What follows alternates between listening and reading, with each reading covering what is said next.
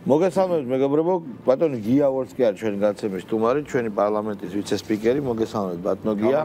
ჩვენ უყურებთ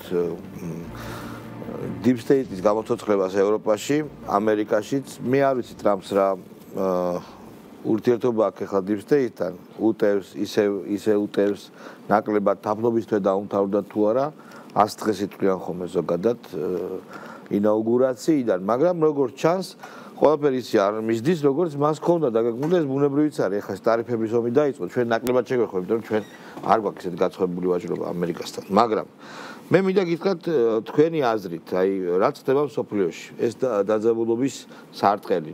თუნდაც ჩვენ გარშემო, ხო? მოლდავეთში რა ხდება, უკრაინა ბუნებრივია, თურქეთი და ევროპის უკვე ღია ავტორიტარული რუსები ტყვიან ზამაშკებიო ლეპენის დაკავება და პოლიტიკიდან ძალით ჩამოშორება სანდუს ნაბიჯი როდესაც გაგაუზიის ხელმძღვანელი დაიჭირა ქალი ხო ძალიან სიმპათიური სხვა შორის რუმინელი თავარი ოპოზიციონერის დაკავება და პრაქტიკულად ჩამოშორება არჩევნებიდან და ამავე დროს საქართველოში სრული გაფარჩაკება ოპოზიციის. ნუ ამაზე სკერსიკით ჩასვა.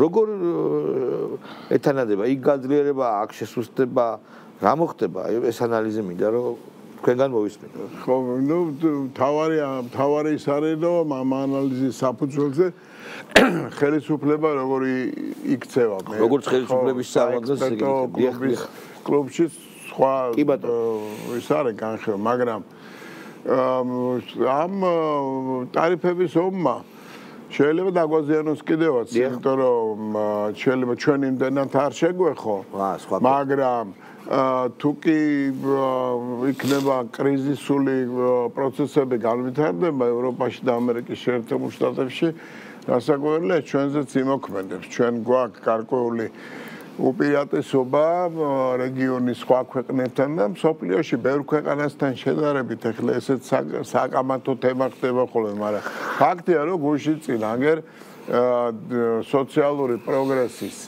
ამდენი 20 მაჩვენებელია დაახლოებით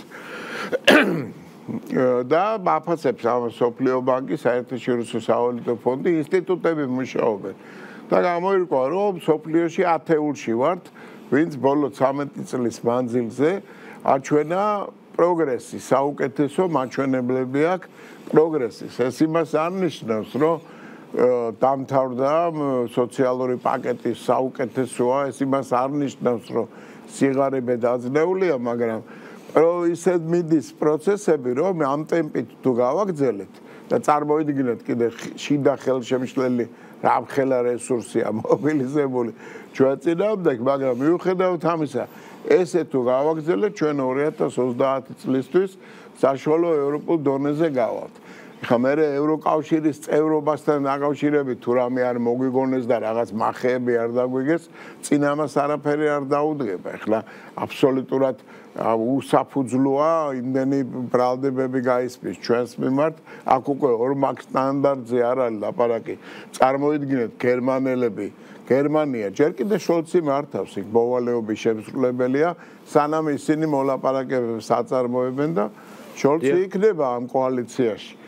და ბერბოკი ასანქცირებს ჩვენს გარკვეულ ოფიციალურ პირებს, ამ დროს ჩადის სირიაში, სადაც გენოციდი მოაწყო, ხო? რა დავარქვა არ ვიცი, ხო, ბავშვები, დიდები, ქრისტიანები, სხვები, სალაფიტები, რა მხელა ამბები ხდება და უთხრეს, რომ აი თქვენო საჭირო ხართო გერმანიაში, ვინაიდან ჩვენთან შობადობა არის ძალიან დაბალი და საჭიროა რომ გერმანული ისწავლოთ და თანაც 3 მილიარდი მისცა კიდე ევროპა.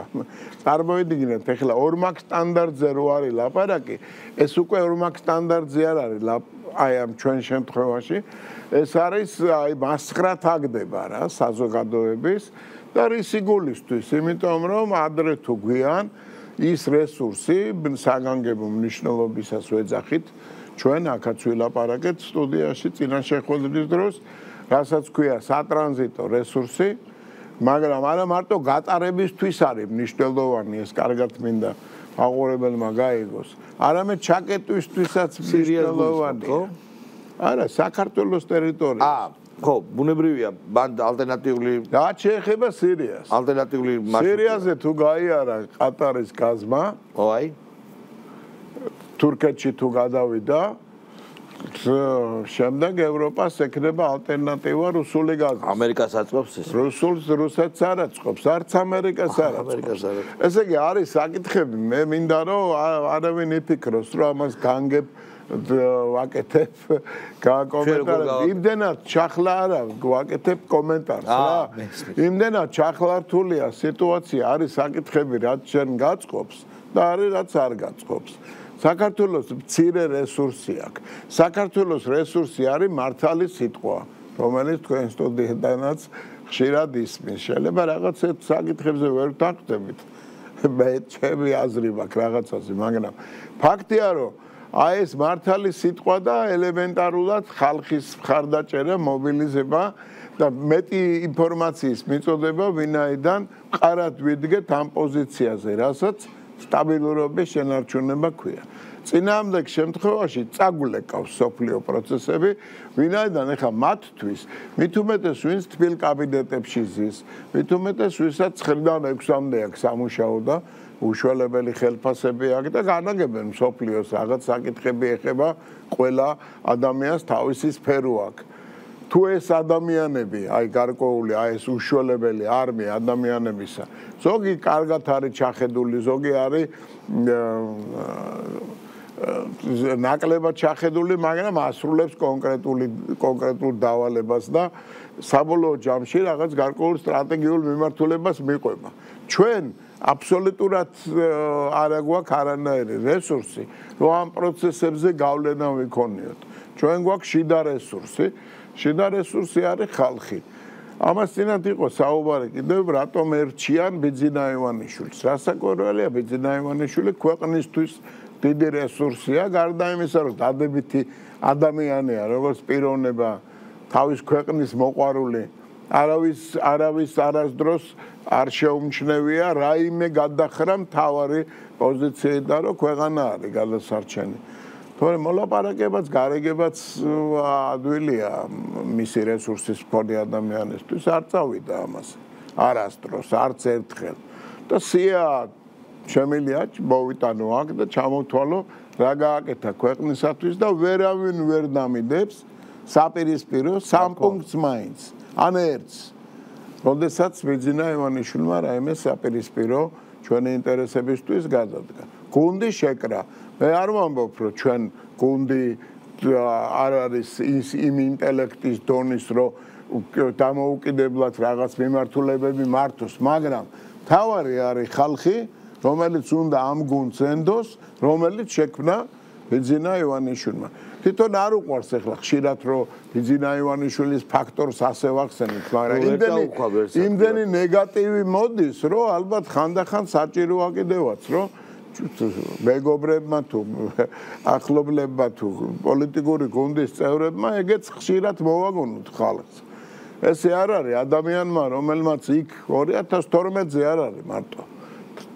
თავი გაწირა, თავარი სამიზნეა ყოველთვის ადამიანი, რომელიც აი ამ სიტუაციაში არის შეუცვლელ პოზიციაზე. ბატონო გია, მე უბრალოდ რატომ ჩაგეკითხებით კიდევ.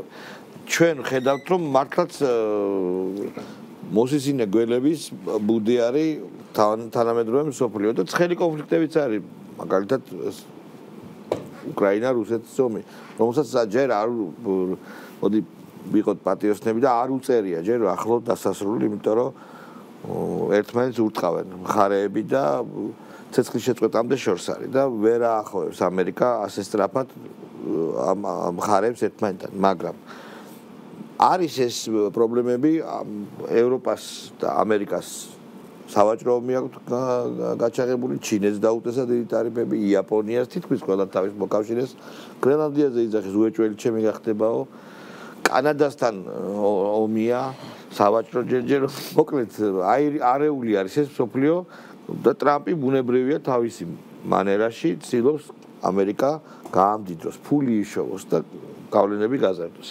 ამ შემთხვევაში ჩვენ ხედავთ საქართველოს, რომელსაც ტრადიციულად ბევრი მოკავშირე და მეგობარი არ ყავს პირდაპირ, არც არასოდეს არ ყავს. ისტორიის მანძილზე ისტორიის მანძილზე. და ხედავთ რომ regime changes ამოცანა deep states არ შეუცვლია. ჩვენ ხედავთ ამერიკის შეერთებული შტატების ახალი ხელმძღვანელობის მოზომილ პასუხებს და არ ეს დიპლომატიურ ქცევას, როდესაც პირდაპირ თავიანთ აზრს საქართველოს მიმდინარე პროცესებზე ღიად და საჯაროდ არ გამოთქვავენ, ეს რაც იყო ეს არ იყო არაფერი. ეს არ არის სერიოზული დიდი რაიმე სამსჯელო პოზიცია. და უყურებთ აი ამ აქ მიმდინარე ამბებს. აი ეს მინდა რომ დავაკავშიროთ. მე თავარი კითხვა რა არის? რომ ჩვენ არ ყავს ოპოზიცია. არ ყავდა, მაგრამ ეხლა უფრო აღარ ყავს. აი ერთხელ ძალიან პარადოქსალური რაღაცას მოვაყ, როგორ შეიძლება რაც არ არის უფრო აღარ იყოს, მაგრამ გაფარჩაკდა, უბრალოდ დაიშალა მარტინ მავრალებად, ყოველდღე გარბიან ეს ქალი საბრალო ხანშესული ქალი, რომელიც თავს ხო იცით რა მენტალური პრობლემა პრეზიდენტს უწოდებს. ანუ ეხა ეჯიზმი არ დაგვაბრალოს. აი ეს ამბავი ჩვენ კი არის რაღაცა რესურსი, კი რაღაც განცხადებას აკეთებენ, მაგრამ პასედან შეიძლება რაღაცა მოგვივიდეს წელი, მაგრამ აქ არავინ არ არის, ბატონო. ხო, საქმე იმაშია, რომ ეგ არის თემა რა. აი ახლა დღევანდელი დღე ჩვენ ამ შეზღუდულ დროში უნდა რაღაც ვიმოქმედოთ ისე, რომ დავალაგოთ რაღაც სხვადასხვა მიმართულება. პირველი მიმართულება და ამას აღარ გავამდიდრებთ კიდე სხვა პრობლემებით. თქვათ ამერიკის შეერთებული შტატები, ყატარი და ისრაელი ერთად ატარებს სამხედრო ცვლილებას. და ყველაზე დიდი ავიამზიდი გამოიყენებს ამერიკის შეერთებული შტატები ამისათვის. ყატარი ირანის მოკავშირეა.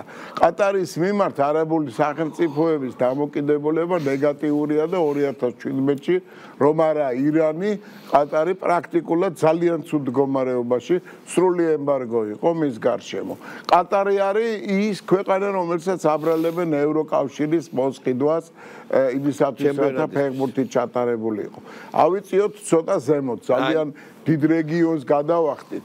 ეხლა ჩრდილოეთში კანადასთან დაკავშირებით კი ვამბობთ ისე მიმოხილვისათვის ახალ ამბებს წაიკითხავ, გაზეთი გავაკეთე როგორც ველმათაობის წარმომადგენელმა, მაგრამ რეალურად სამხედრო კონტრაქტი უშუალებელი მილიარდებიანი სამხედრო კონტრაქტის გადატანაზე ხდება ეხლა ეს მიდის საკმაოდ სერიოზული დაძაბული ვითარებაა და აი გადატანის საკითხი კანადა საფრანგეთი კანადა ხო ამერიკასთან გაწყვიტავს 19 მილიარდიან კონტრაქტს და გადაინაცვლებს საფრანგეთს შეუკვეთავს წყალქვეშა ნავს რომელსაც არ აქვს მარტო პატრულირების ფუნქცია იქნება სტრატეგიული ჩინეთი შემოვიდა ძალიან და ჩრდილო ოკეანეში ყინულის დნობამ ახალი გზები გახსნა. იქ რუსეთს თავის ინტერესია. რესურსია იქ ბევრი ენერგორესურსი და ამერიკის შეერთებული შტატები ცდილობს რომ გრენლანდიაზე დაფუძნდეს და საფრანგეთი აცხადებს რომ დაიცავენ თუნდაც ფიზიკურად ევროკავშირის რატო ვამბობ ამას? იცით რომ აღფრთოვანებულები არიან რომ იცით რა საქართველოს მიმართ გადაბრუნებული სიტყვა ითქვა. გადაბრუნებული სიტყვა კი არა დაძაბულობის ის ხარისხია დღეს სოფლიოში რომელიც კიდევ ერთხელ მათქმევინებს მათ შორის აი აქ კიდე სხვაგანაც მithქვამს გვითქვამს მრავლობითში უნდა ვილაპარაკოთ რომ ეს მესამე მსოფლიო ომის ეს უბსკრულის საშიშროება არ განელებულა არა. ეხლა იქ ჩინეთის თემა ცალკე რო ავიღოთ, ჩინეთ ევროკავშირის ქვეყნების ურთიერთობები, როგორ არის ისიც რაღაც პროცესი მიმდინარეობს, მაგრამ ამერიკის შეერთებულ შტატებს არ აწყობს ეს პროცესი და ჩინეთთან ურთიერთობა, აი ამ ტარიფების ომი შეიძლება გადავიდეს გაცილებით უფრო სერიოზულ დაძაბულობაში, რითიც შეიძლება ევროპამ ისარგებლოს. აქ ხელშეკრულებები აქვთ გაფორმებული მათ შორის ჩინეთთან დაალაგება მოუწევთ ჩინეთთან. ხო, ნუ ასია თუ ისია რა მოუწევს დღეს არავინ არ იცის.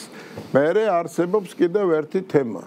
ბირთვული შეიარაღების გავრცელების საკითხი არის უპატრონოდ. ხადია. ირანის ხო გარიგება ეგრეთ წოდებული. არავინ არ იცის. ირანზე არ არის მარტო ლაპარაკი რუსეთ ამერიკას შორის ეს რასაც ქვია რბოლა შეიარაღების რბოლა არა თუ არ შეჩერებულა. ახალი საშუალებები იქმნება ყოველ დღე, ბრალდება, რომელსაც შეუძლია ერთ დღეში დაანგრიოს მსოფლიო.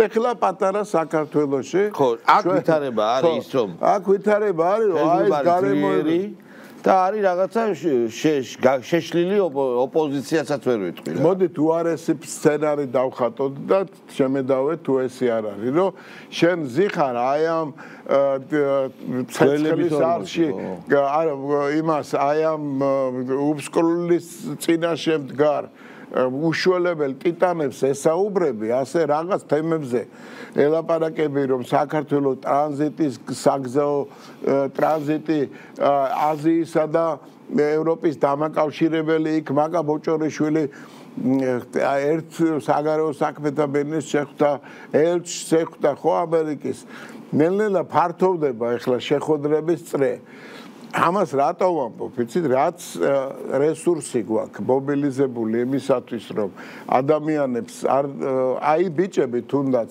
ეხლა გითხარი კიდევაც გადაცემამდე, ვინც დღეს ქუჩაში დგას და პიროტექნიკას ისურის და სასტვენით დაძდევენ ხალხს აი სასტვენით და ტელეფონით ტრეინინგ გავლილი ბიჭები, წარმოედგინეთ, რომ ამათაც საფრთხე უნდა ამათაც კი არა, ამათ უნდა არიდო საფრთხე ახალგაზრდებს და ამ თემებზე მიდის ლაპარაკი და შენ ზურგს უკან ოპოზიცია დგას და იქიდან ხელს უქნევს და ანიშნებს რომ მე ლაპარაკი ამას თავისი ქართულ ოცნებას რაღაც თავის პრინციპები აქვს, თავის მოთხოვნები აქვს, თუ ჭადის მოტეხვას მოთხოვ ყველის მოტეხვას უკაცრავად აი ამ ქართული ანტიმის გამოყენებისათვის, გამონათქვამის გამოყენებისათვის და უკან დგანან ესენი და იმათ ვისთანაც ჩვენ უნდა ვილაპარაკოთ და დავალაგოთ ურთიერთობა.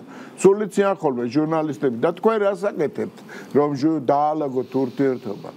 და ვინმე მკითხოს იმათ, რომ რატო აკეთებთ იმას, რომ რაღაც საკითხებთან დაკავშირებით აი ესე გეხართ იმ პოზიციაზე, რომ ოღონდ ხელისუფლებაში მოხვიდეთ, რა ძალა გამუშავებთ, რა თანხა მოგცეს. ამ კი, გასაგებია, მაგრამ რა გაიშიფრა ვიცი იმის საფასური იმ სასტორზე რომ დავდოთ, რაც შეიძლება საქართველოს დაემართოს მომავალში. ეუნებიან იქიდან რომ მე ვარ რომელიც ყურს მოვიჭრი, მე ვარ რომელიც სახელზე დავდგები და ამას ნუ ელაპარაკები ქართულ ოცნებას.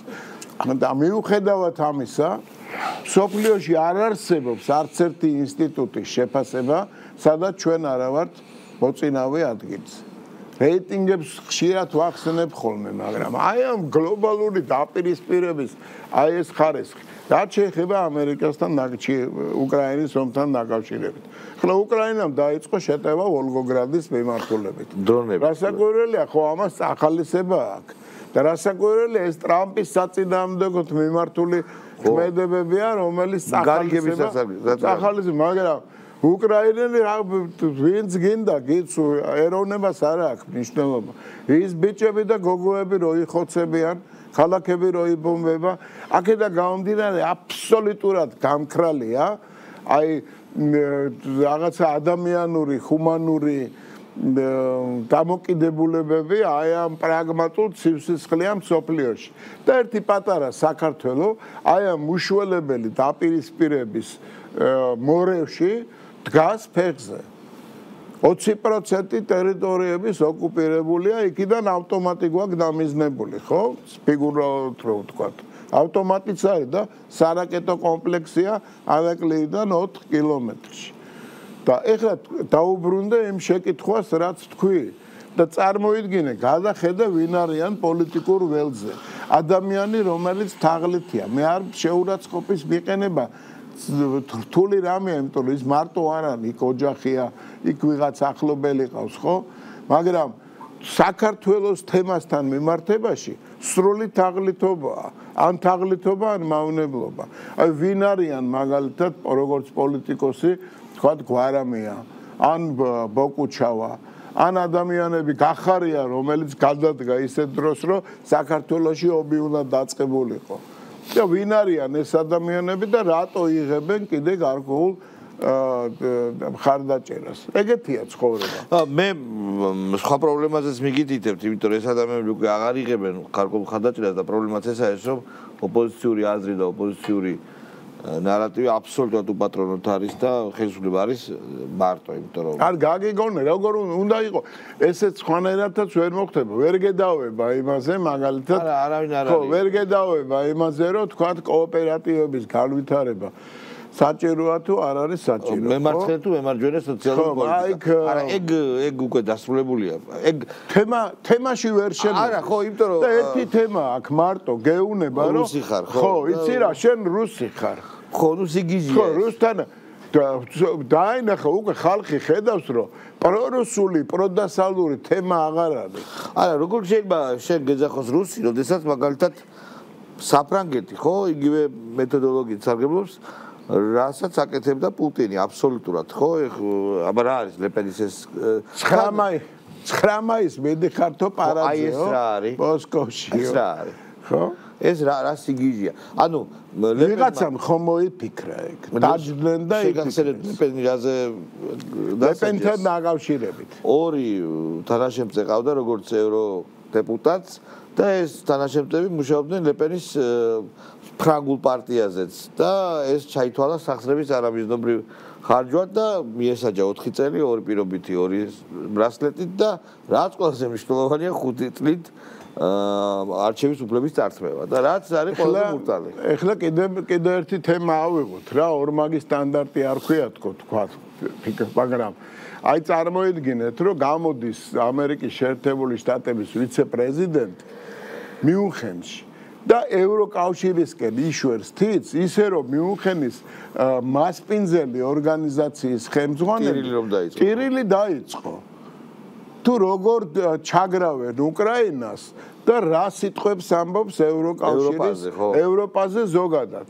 მაგრამ საკმარისია, რომ პატარა მცირე საქართველოს მიმართ ვინმე თქვას კრიტიკული რამხელა ჟივილ-ხივილი და რამხელა სიამოვნების განცდა, ოხრა, რა ვიცი, რა დავარქვა. ხო, ამას განცხადებაში, რომელიც გავრცელა ოპომედიამ მოყვანილი იყო ვენსის სიტყვები, რომელიც ზუსტად deep state-ის წინააღმდეგ თქვა, ევროპული deep state-ის წინააღმდეგ თქვა ვენსმა მიუნხენში, როდესაც თქვა, რომ თავი პრობლემა არა რუსეთი და ჩინეთი, არამედ ავტორიტარული ტენდენციებია ლიბერ-დებილების, ლიბერ-ხელისუფლების ევროპაში და როდესაც იქ სადაც უნდა ვიყო ნახსენები გაკრულად საქართველოს ხელისუფლება და ვენსის ის სიტყვაც იყო ნახსენები, როგორც ვენსმა თქვაო, ეს აიტაცეს და დაიწყეს ქუჩებში ამ ტრანსპარენტებით სიარული. რამდენად უნამოსობაა ტრამპს ლანძღავდნენ, რომ რუსულია. კი ბატონო. ეხლა იმაზე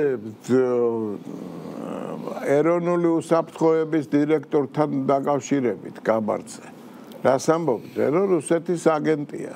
როგორც კი დაენიშნა, უკრაინას სიაში ყავდა შეყვანილი. ხო, მირატორეთში, ხო, სანქცირებულთა სიაში. ხო, სანქცირებულთა სიაში.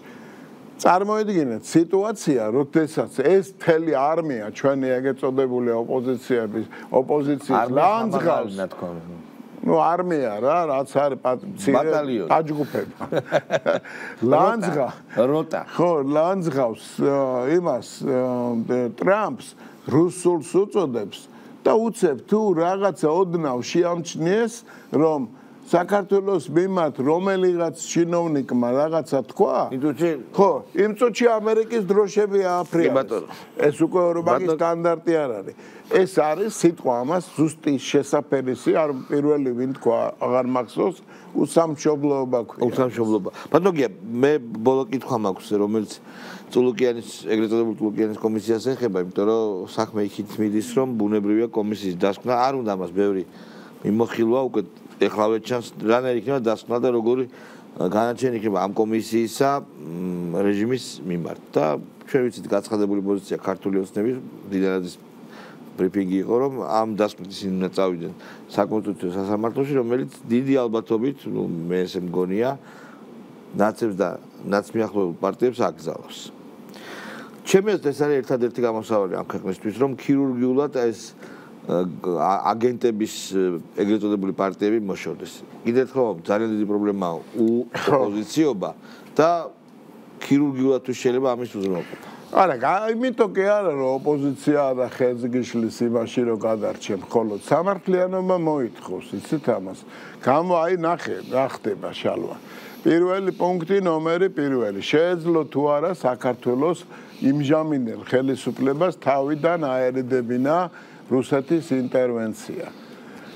ჩვენ გვარწმუნებდნენ ამდენი ხნის მანძილზე და დავაობთ ამდენი ხნის მანძილზე, რომ არა რუსეთი მაინც შემოიჭრებოდა და ასე შემდეგ. ამ დროს რუსეთის სტრატეგიული ინტერესი იყო ის, რაც იყო. რაც მიიღო. ხო არა, რაც მიიღო, ეს ხო საერთოდ. მაგაზე მივალ. სტატუს კვო ისე რომ უცხოელებთან დასავლეთთან მოლაპარაკებით შექმნილიყო გარკვეული პარიტეტული მდგომარეობა ნატოსთან დაკავშირებით და საქართველოს აი ამ სატრანზიტო რესურსების გამოყენების საკითხზე. და შემდეგ რაც მოხდა უკვე რუსეთმა რაც მიიღო ამასთან დაკავშირებით შეიძლება მხოლოდ ერთი ითქვას რა. ეს არის წარმატება რუსეთისა, რომელმაც შეძლო და გააკონტროლა სატრანზიტო გზა არა მარტო ამიერკავკასიაში, სამხრეთ კავკასიაში გაიძლიერა პოზიცია. მოიგო თუ არა დასავლეთმა ესეთ შეკითხვა ისმება. ანტაგონიზმის ის ხარისხია ჩამოყალიბებული ამ ოკუპაციის გამო, რომელიც დასავლეთისთვის ინტერესს წარმოადგენს, რომ ვერ მოხდეს რუსეთის გარშემო რაღაც წყნარი ზონების შექმნა. ეს მუდმივი გეგმა, ქსელვადიანი გეგმა. ხო, ცეცხლის კალი რუსეთის. ხო, ნუ ეხლა უფრო მეტი უნდოდა, მაგრამ ჩემთვის როგორც აი ამ თემაზე მომუშავე ადამიანისთვის საოცარი იყო, რომ მიდიოდა ყველაფერი კარგად, ამერიკის შეერთებული შტატები, ევროკავშირი ვიდექით ერთ პოზიციაზე, ვაკეთებით და უცებ რაღაცა ტუმბლერი ვიღაცამ გამოთიშა და სხვა მიმართულებით წავიდა. სააკაშვილი ამას აყვა. და ისე გამოვიდა, რომ ჭადრაკი, რომელიც დალაგდა, მოთამაშეები ამ ჭადრაკთან ორი დიდი მხარე აღმოჩნდა. ყველამ თავისი წაიღო, ყაიმი დამთავრდა.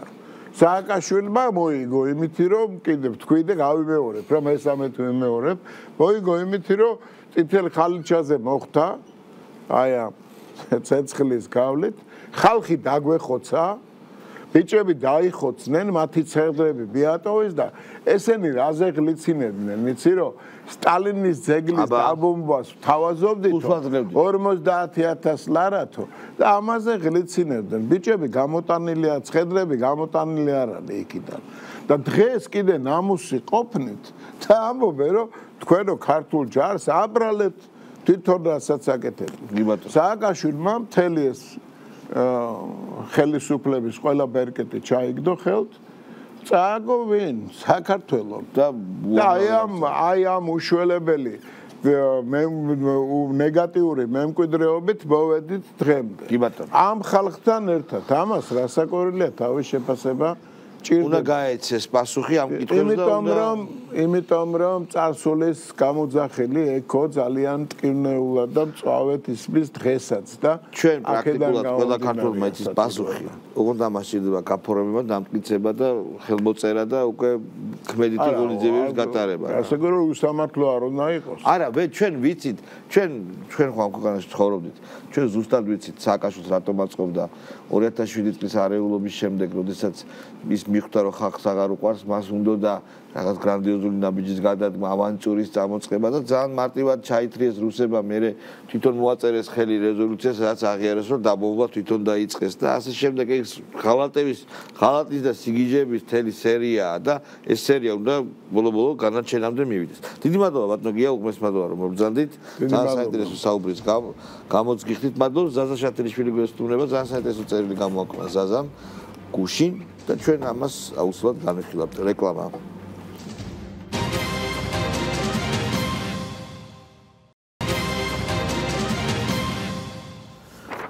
და ჩვენ ზაზა ყავს შატილიშვილი, ჩვენ მაგათ ჩვენ მეგობარი ფილოსოფოსი ზაზა შატილიშვილი, რომელიც ძალიან საინტერესო პოსტი წერილი გამოაქვეყნა, სადაც კარგად საერთაშორისო ამბებია, ესე ვულგარულად ვიტყვი მიმოხილული, თუმცა პროგრამა არ ვიდრე ეს შაბლონური სიტყვა. დავიწყოთ იქით ტრამპზე არის მთავარი აქცენტი გაკეთებული. ჩვენ რა თქმა უნდა ძალიან გაგვიხარდა. ბოლო-ბოლო ადამიანი გადარჩა სიკვდილს ჩვენს თვალწინიდან, ჩვენ როგორც ჰუმანისტებმა გაგვიხარდა რომ ის არამც თუ გადარჩა, არამედ მოიგო კიდევაც იმ ადამიანებზე, რომლებიც მოუწყეს ესეთი საშინელება. ჩვენ არ მოგწონს ის ხელისუფლება, რომელიც იგებს არჩევნებს პოლიტიკური კვლელობებით და გარდა ამისა, ტრამპის ამაღელვებელი სიტყვები, რომ კაცი-კაცია, ქალი-ქალი, რომ გენდერი ამოღებულია საერთოდ საქმეთა წარმოებიდან, მისი დამოკიდებულება ქრისტიანობასთან, რელიგიასთან, ეს ყველაფერი ჩვენ ძალიან ახლო deep state-თან ბრძოლა, დახურვა ისეთ საზღვარი ორგანიზაციების, როგორც არის რადიო თავისუფლება, USAID და ეს ყველაფერი არის ჩვენთვის ძალიან კარგი. თუმცა ამერიკა არის ამერიკა არ უნდა დაგვაგვიწყდეს როგორ არის რანაირად შექმნილი ტოკვილიდან მომდინარეობს ახლა მაგის ის ძველი ფრანგი მოგზაური რომელსაც აღწერა ამერიკას ხო ჩვენ ძალიან მაგრად აღწერა და დღემდე აქტუალურია ფრანგის თვალით დანახული ამერიკა როგორია რა თქმა უნდა ეს არის სულ სხვა ქვეყანა სულ სხვა სულისკვეთების რომელიც აი ამ სულისკვეთებას არ დაკარგავს არ ჩამორჩება რა არის რა იქნება ამერიკის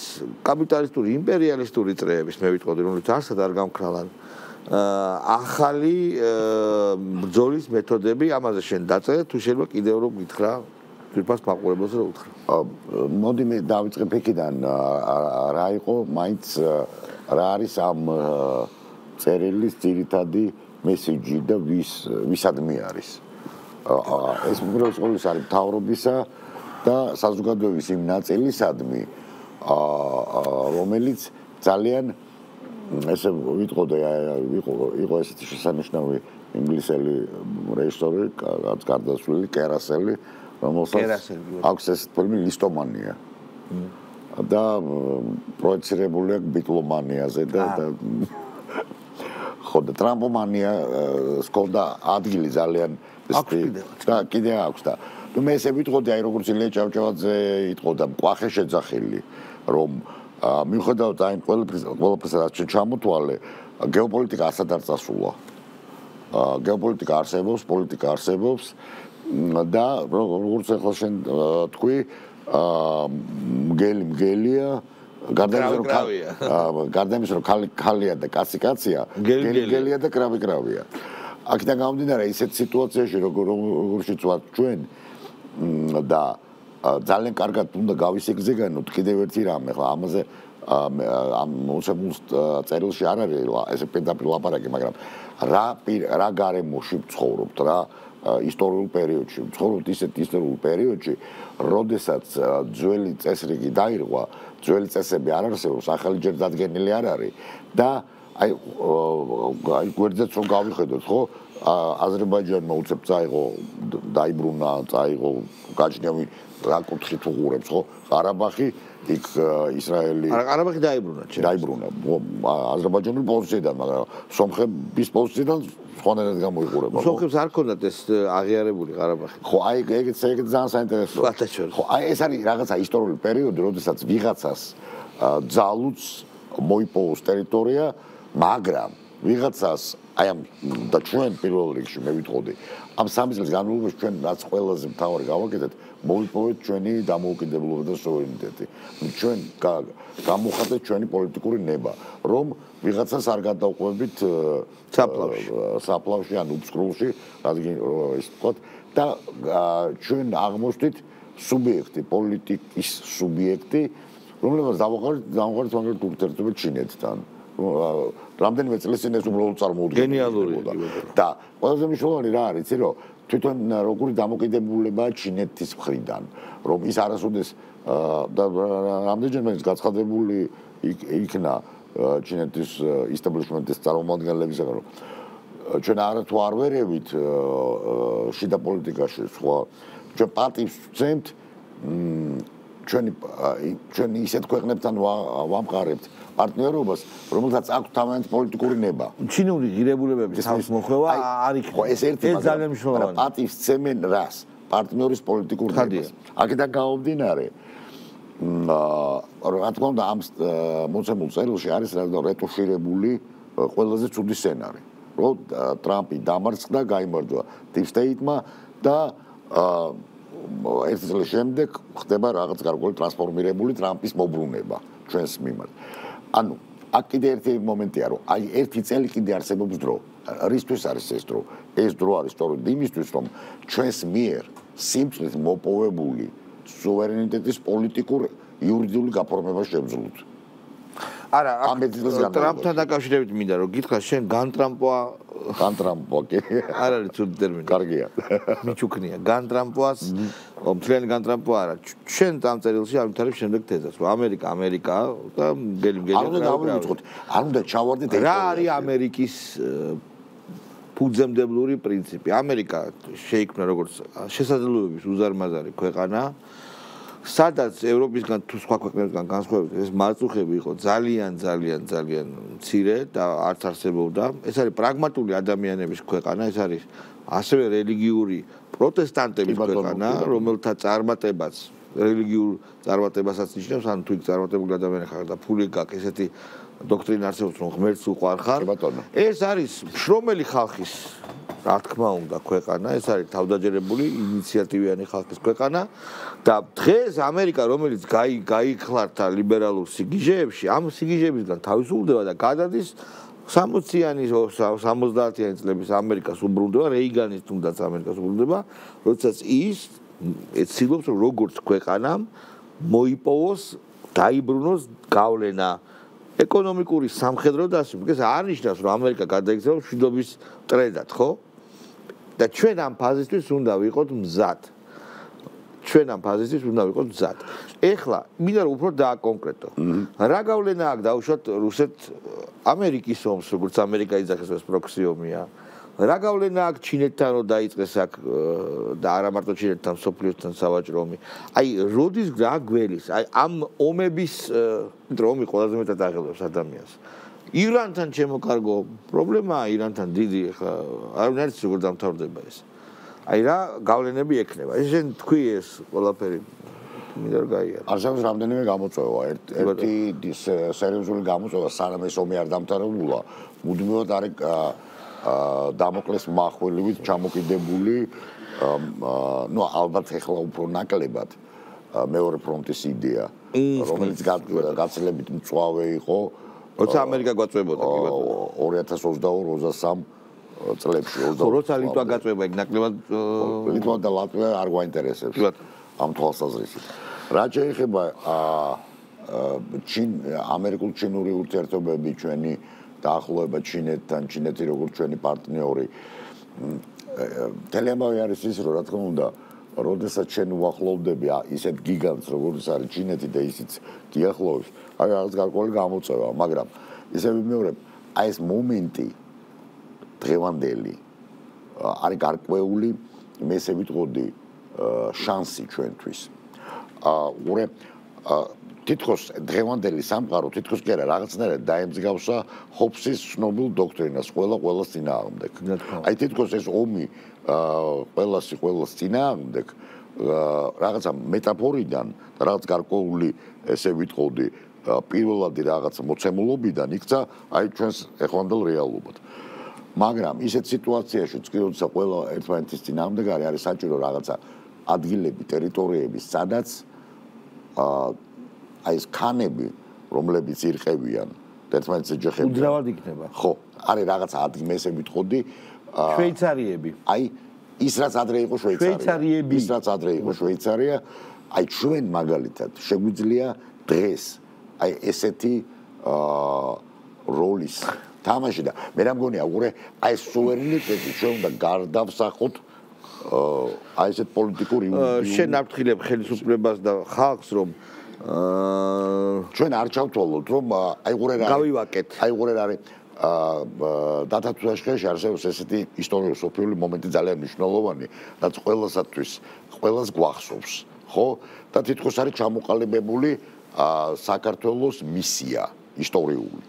სანდრო კარიჭაშვილი აყალიბებს სუფრაზე კი ბატონო. კი ძალიან აი ხოთეს ბრუნდება. აი ხო უყურე ის დრო. ჩვენ საუკუნეების განმავლობაში ვიყავით მებრძოლების დაჯვარედინი და აი ბოლო 100 წლის განმავლობაში რუსეთის იმპერიის შეიძლება გავაგრძელოთ 200 წლის განმავლობაში ჩვენ დავემგზავრეთ ნახილს რომელიც ჭამს ძოვს დარბს ხო და აი მე ესე ვიტყოდ ეხლა სწორედ ის დრო მოვიდა როდესაც ჩვენ დავბრუნდით როგორც ისტორიული და პოლიტიკური სუბიექტი.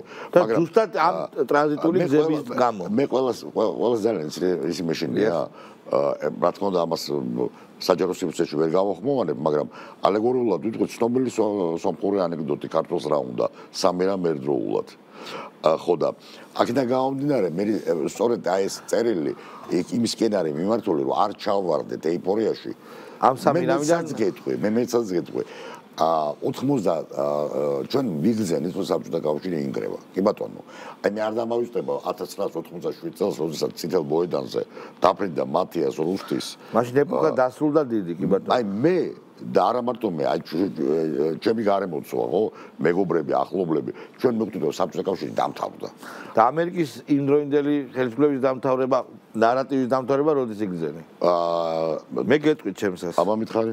როდესაც საწყალი ავღანელები დაეკიდნენ ჰერკულეს შეახდნენ. კი, როცა შეახდნენ თურნას ეს მართლა რაღაც სიმბოლური მომენტი იყო.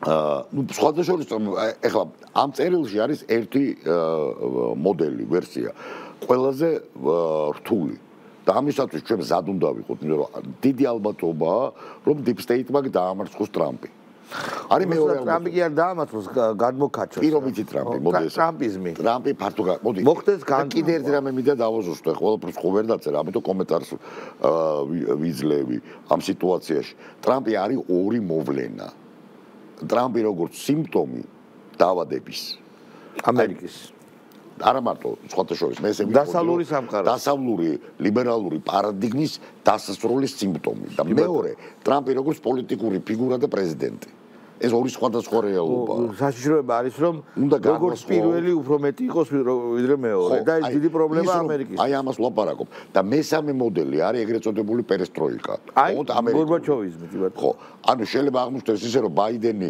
არის ბრეჟნევი ხოლო ტრამპი არის გორბაჩოვი და ელცინი ერთად აღიარეს. როგორ დამთავრდა რუსეთის ამბავი, შეიძლება ისე დამთავრდეს ამერიკის. ზუსტად მაგას ვამბობ, არის მთელი რიგი ნიშნებისა, რომელიც ჩვენ საოცრად ვაგონებს პერესტროიკას განსაკუთრებით იმ ადამიანებს, რომლებიც მოვესწარით იმ პერიოდს, მე და უსკარინი გლასნეს კი ბატონო. შემდეგ ხო.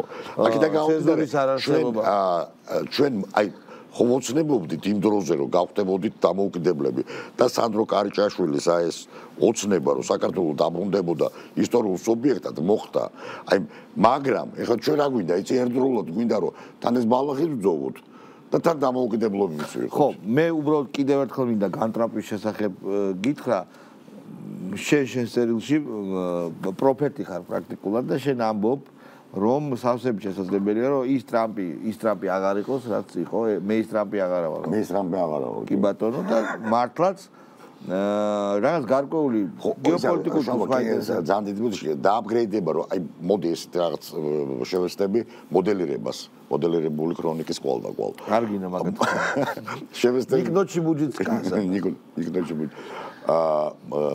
შევეცდები მოდელირებას რას ნიშნავს დააპგრეიდებული ტრამპი ერთად შემახლობელმა მომწერა სხვა შორის და რაღაც ესეთი ჩატში ეს მეც ხუმრობით მივწერე ცხადია მაგრამ მე დაახლოებით ესე რომ რაო ესე ისევ ნაცებს დაგვასვან არა მე ვთხარი დააპგრეიდებული ნიშნავს იმას რომ თუ მაშინ LGBT ღირებულებები გვაწვებოდნენ ეხლა როგორც ქრისტიან მართლმადიდებლებს გვაბრძოლებენ მეთქი სოციალისტურ ვენესუელასთან ხო ეს არა საინტერესო როგორც იტყვიან ყველა ხუმრობაში ხუმრობის მხოლოდ მართვალია დანარჩენი კი ბატონო არა უბრალოდ რა თქმა უნდა მოდი ესე ვთქვათ რა მოსინჯეს LGBT შეტევა არ გამოვიდა ერბილი ძალა იყო LGBT შეტევა და არ გამოვიდა მოდიან როგორც კონსერვატორები კონსერვატორებთან როგორც ქრისტიანებთან შევლენ ტაძარში მოიგო შევლენ ტაძარში და ნახეთ ეს ხო ნახეთ ხო ვიცე-პრეზიდენტი შემოვიდა ემთხვია კათოლიკოს პატრიარქს ხელზე. მე შეიძლება გამოვიდე და თქვას რომ არც ერთი რუსი ჯარისკაცი არ იყო საერთოდ არა გაგადი და აბა არ არის. მიდით შეიძლება რუსი არა, მაგალითად საერთო ომი ირანის წინააღმდეგ. ხო, დასაჯდომი საფრენი ბილი. ასე შემდეგ, ხო. კი, ეს შესაძლებელია.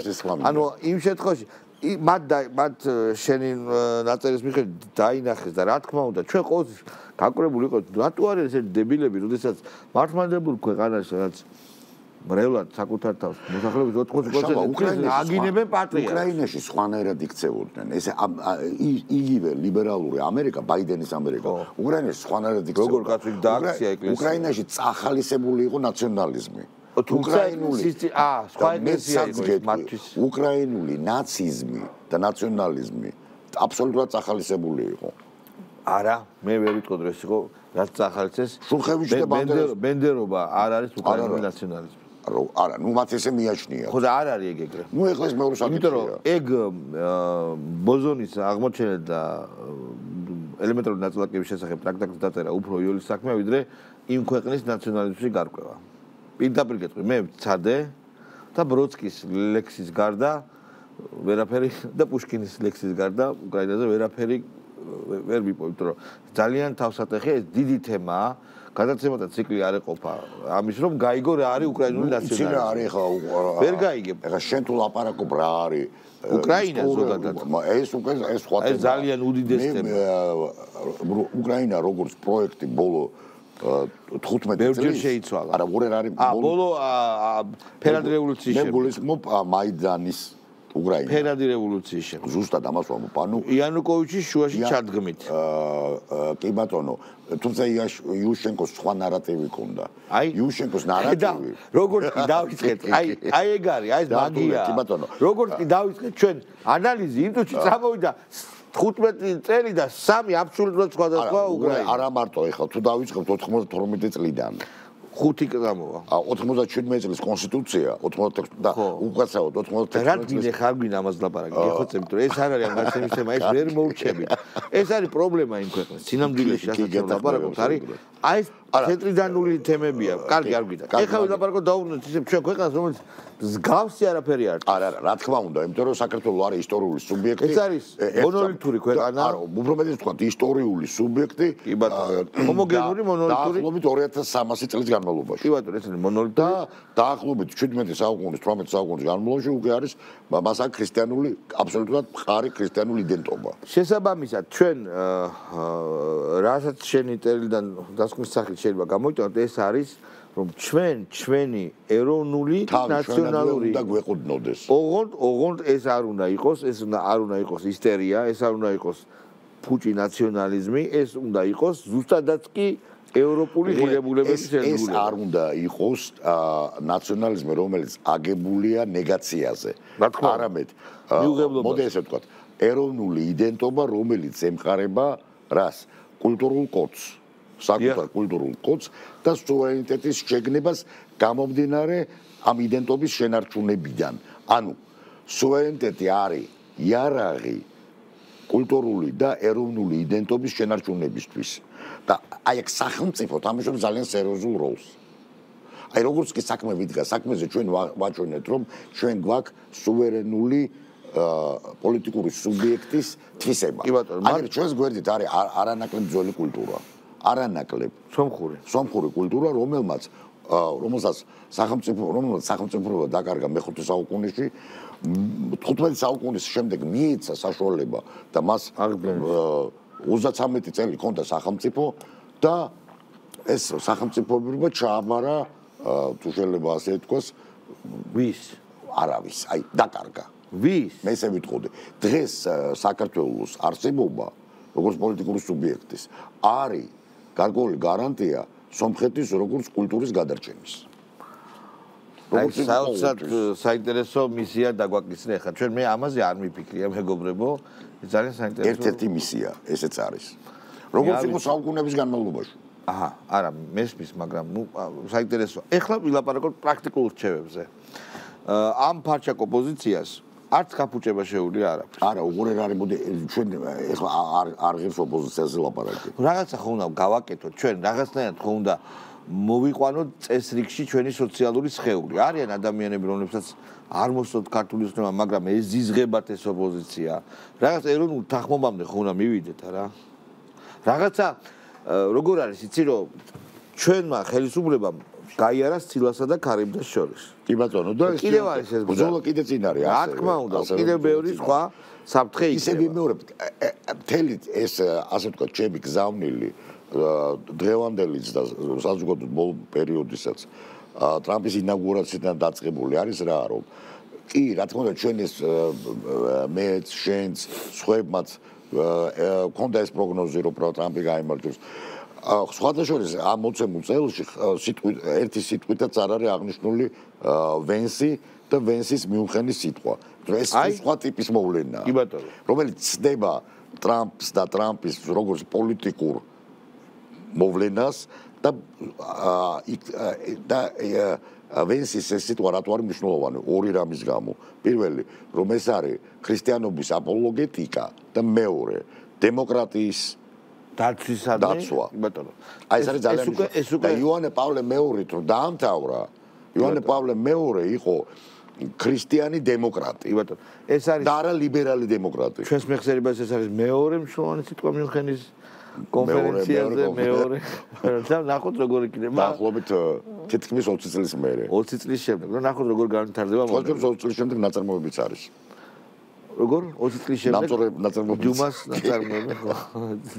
ვიკონდე ბრაჟილოვი 20 წლის შემდეგ. ვენსის მოცემული სიტყვა ბევრად უფრო მნიშვნელოვანია.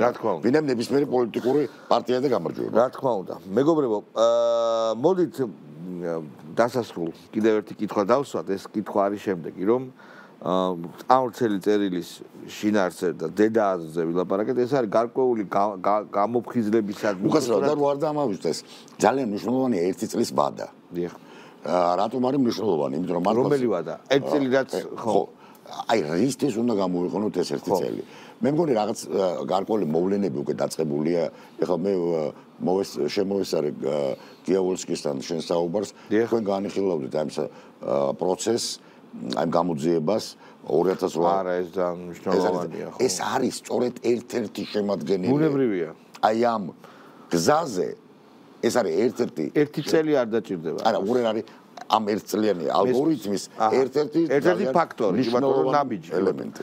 კარგით, სწორედ ამიტომ ამბობ, რომ ეს არის გარკვეული გაფრთხილება ის, რომ განტრამპვა შესაძლებელია და ჩვენ ფერაციზმებს არ უნდა მივეცეთ და ჩვენ უნდა ჩვენი შუა მყოფობადი და ჩვენ უნდა ვიცოდეთ ჩვენ რა გვინდა. Не только Трампом единым жив человек. ანუ ჩვენ უნდა ვიცოდეთ, რომ მუდმივი მოკავშირეებიც არ ყავს.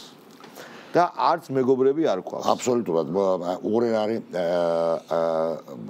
მე-20 საუკუნის ერთ-ერთი ძალიან მნიშვნელოვანი პოლიტოლოგი, ფილოსოფოსი კარლ შმიტი ამბობდა, რომ ყველა სფერო კულტურის ფართოგაგებით რა დიქოტომიებზე აგებული.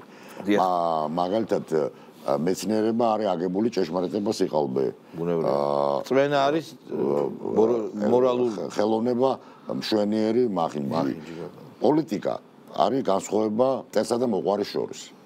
კიდე უფრო შეიძლება ამის გამძაფრება. ხოლო რელიგია პოლიტიკაში ყველა მტერია.